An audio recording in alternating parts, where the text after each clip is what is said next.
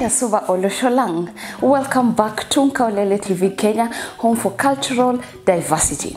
Well, I'm your host kama kawaida, Nasha Leipa Mwenket, and it is an honor to be here with you this wonderful time. Well, today, get ready to embrace your inner witch and also learn about a few things on how we worship, what we worship, and when we worship.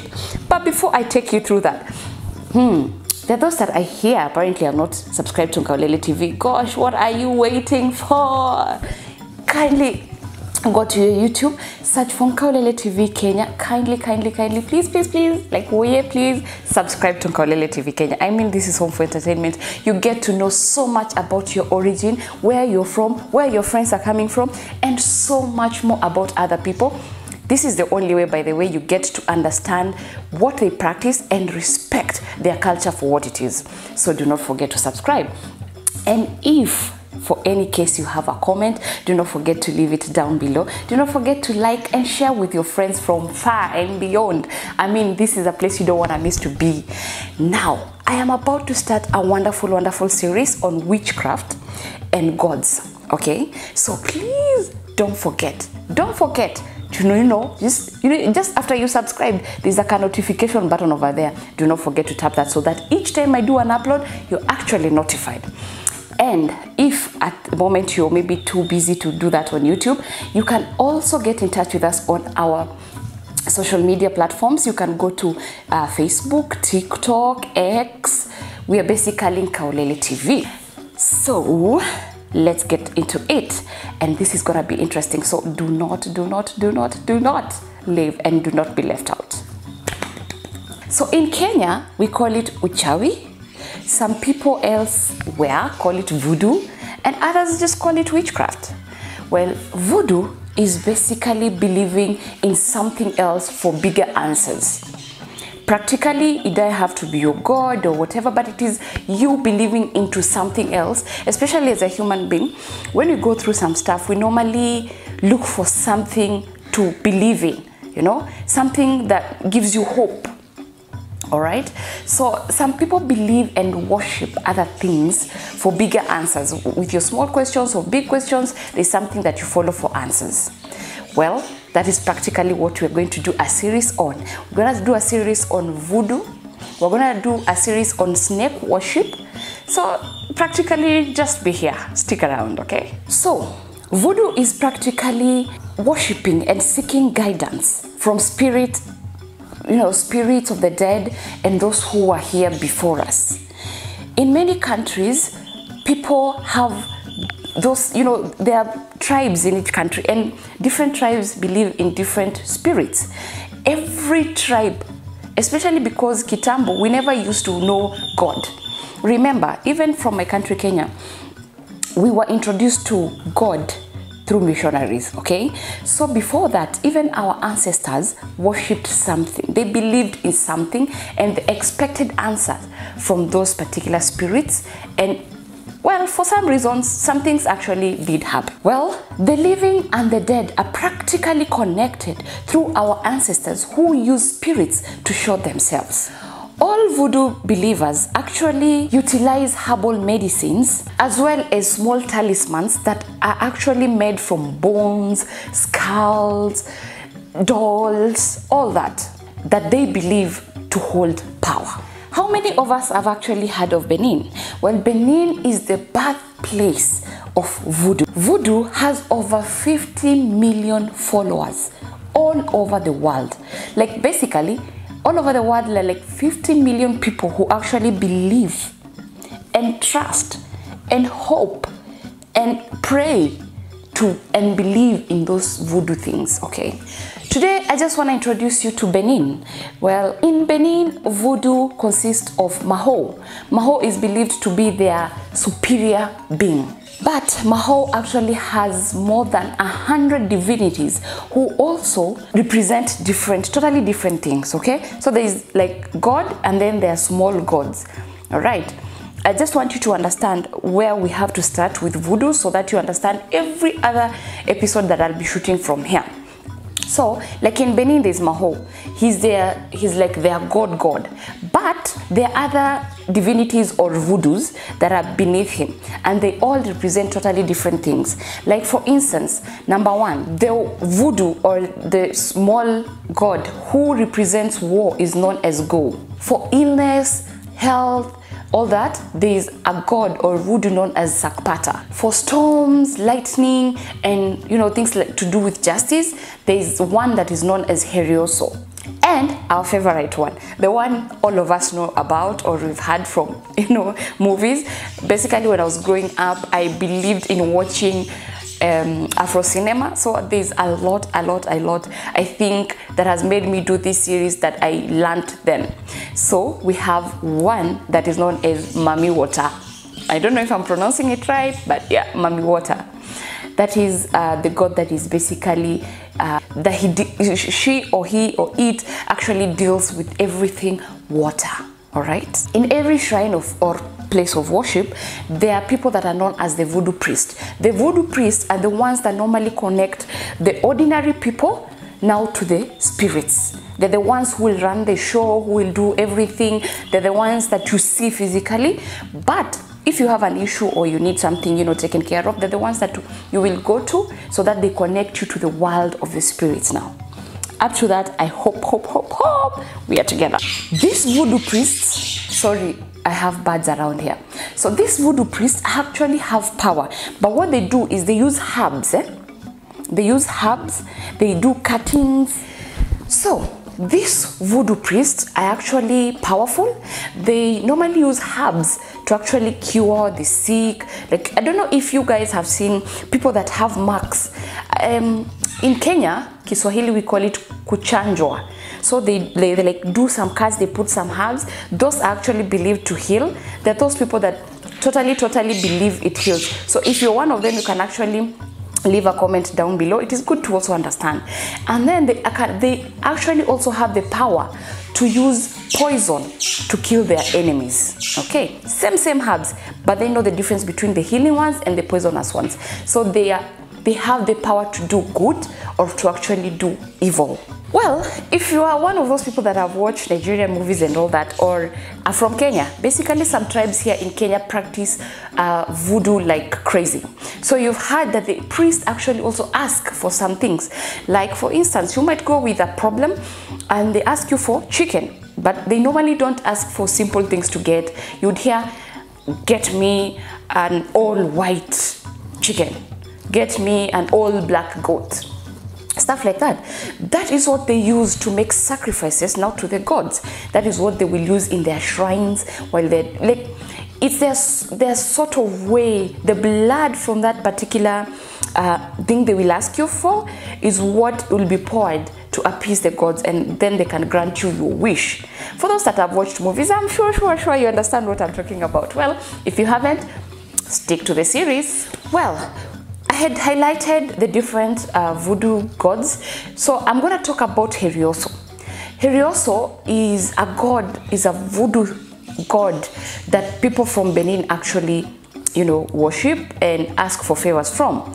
So he can only be invoked severally per year for him to perform his act and his thing, So I'm going to take you through this particular story from Benin, and then from there we'll continue doing other countries and understanding more about witchcraft, voodoo, and basically snake worship. Well, I'm going to share with you a short story. So my characters are actually fictional, and then maybe you will understand what I'm talking about when it comes to Herioso. So let's call this person Harry, let's call him Harry. So Harry comes from this particular village that believes and actually worships Herioso. So every morning before Harry leaves for work, he has to go and worship or pray to Herioso for protection throughout the day and all that. All right. For you to be able to, if you're living in one of those villages where people believe in voodoo, there are people that are called initiates.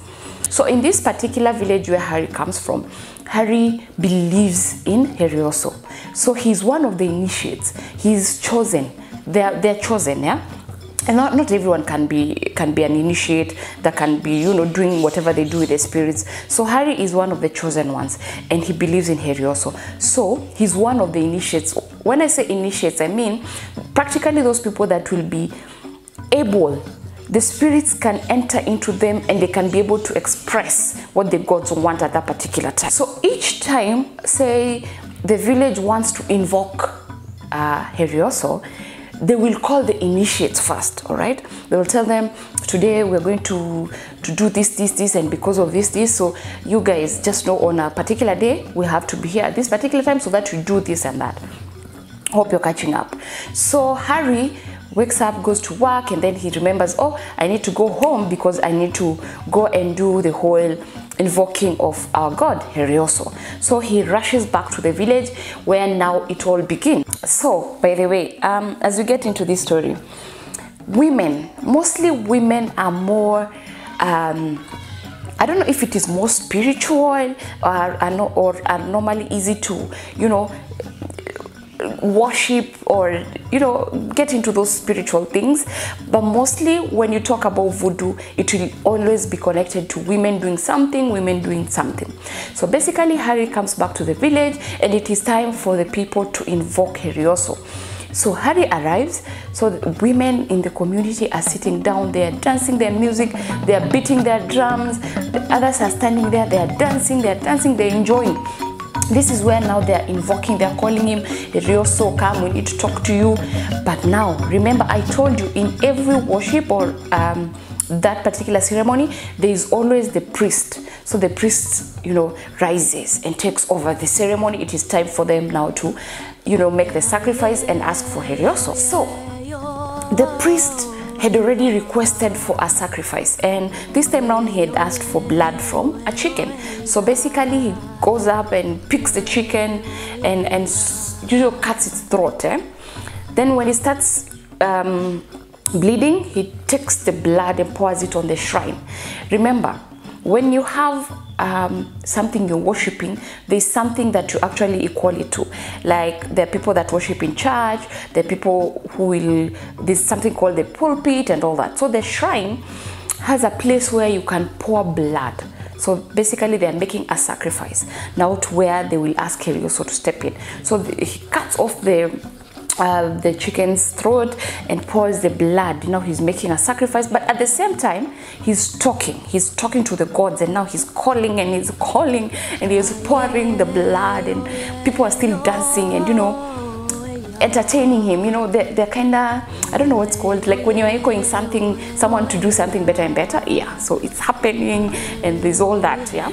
So once he's done with that, the dance begins. Everyone is dancing. Everyone is enjoying. Everyone rises up. There is all that. The ladies mostly are there shaking, dancing. The priest is also, you know, so there is all that stands, and everyone is just dancing and enjoying. Everyone in the crowd is actually singing.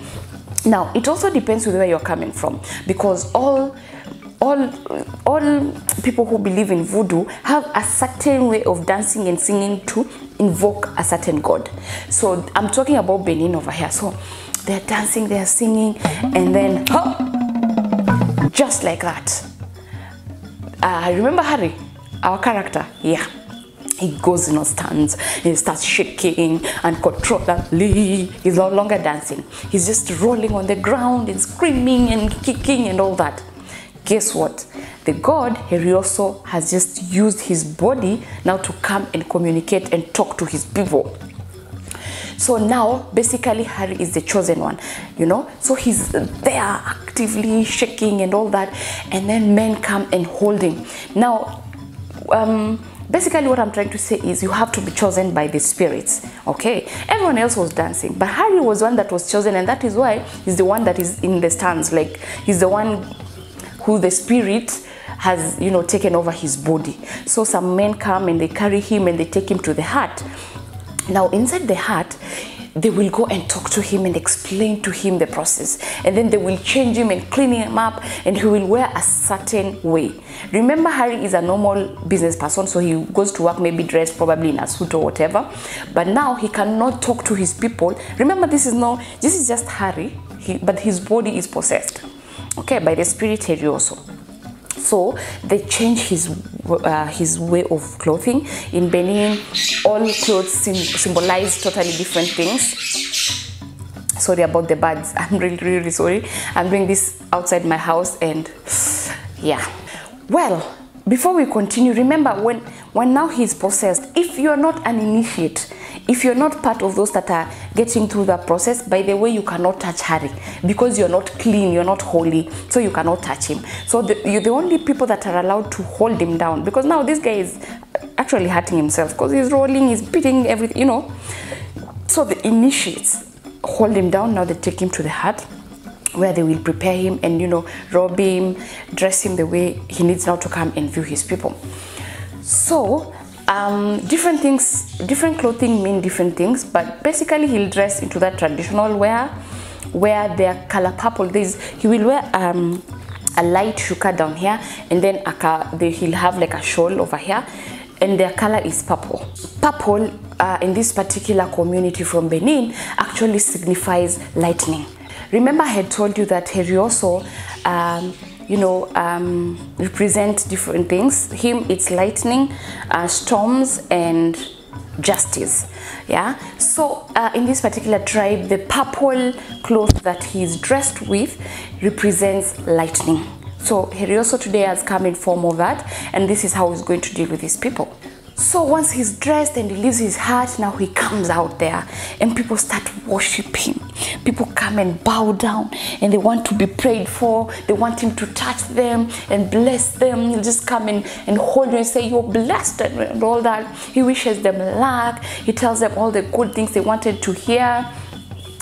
And then once he's done doing that, because now everyone will come and gift him and stuff like that, then he will tell them the message that now, whatever, you see, let me tell you one thing about voodoo. You actually have to believe in something. So once you believe in something, trust me, even if it is not what you want to hear, you will always believe whatever it says. Whatever is communicated during that time is what you will believe in. So they come, he touches their heads, he prays for them, he does all that. And then now he starts dancing. Now he's dancing and entertaining his people. People are now seated. But then when he starts dancing, nobody else is like dancing. So he's dancing and enjoying, and you know. By the way, during all this process, everything that is happening here right now, Harry does not understand himself. This is not him. It is just his body, but whatever he's doing. Tomorrow, if you ask him, by the way, do you remember you prayed for me? He's like, who? Me? How? When? He can't remember. He's not himself. The spirits have actually just taken over. Well, after all this is said and done, he has already passed the message. He has entertained them. They have entertained him. Basically, that's it. In a snap, just like that, Harry is out of the stands, and he does not believe, he does not even understand how he was dressed. He doesn't even know how he hurt himself, all that.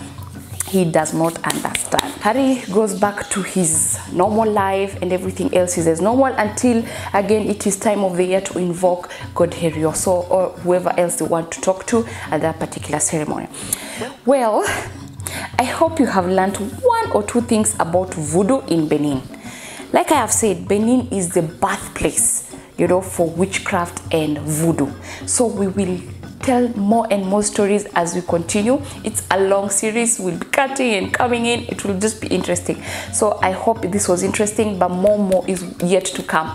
I know everyone just right now is thinking I should do Mami Water like tomorrow, but no, hold on. We have to understand a lot first before we get to Mami Water. So this is the point where I ask you to subscribe to Unveiling TV Kenya so that you're not left out, you know, during the whole series and the whole thing. And once you subscribe to Unveiling TV Kenya, do not forget to like, share with your friends, and do not also forget to leave a comment down below. Well, you can also, you know, get in touch with us on our social media platform. On TikTok, we are at Unkaulele4. On Facebook and Instagram, we are Unkaulele TV. And on YouTube, X, we are Unkaulele TV Kenya. I have had an amazing time. Let me tell you, there's a lot we need to learn. Let me tell you, it's interesting that sometimes when I'm doing this research like this, and especially snake worship, I hate snakes. I'm scared of snakes. But once I have come to understand so much about snakes, I kind of believe they just live their lives like we do, you know. And yes, some are harmful and some are not, but whatever the case, stay tuned to our next episode, because we have an interesting story about snake worship, especially the cobras. There's so much you need to learn about snakes. So stay tuned for our next episode, and until next time, have fun, take care of yourself, and thank you so much. Bye bye.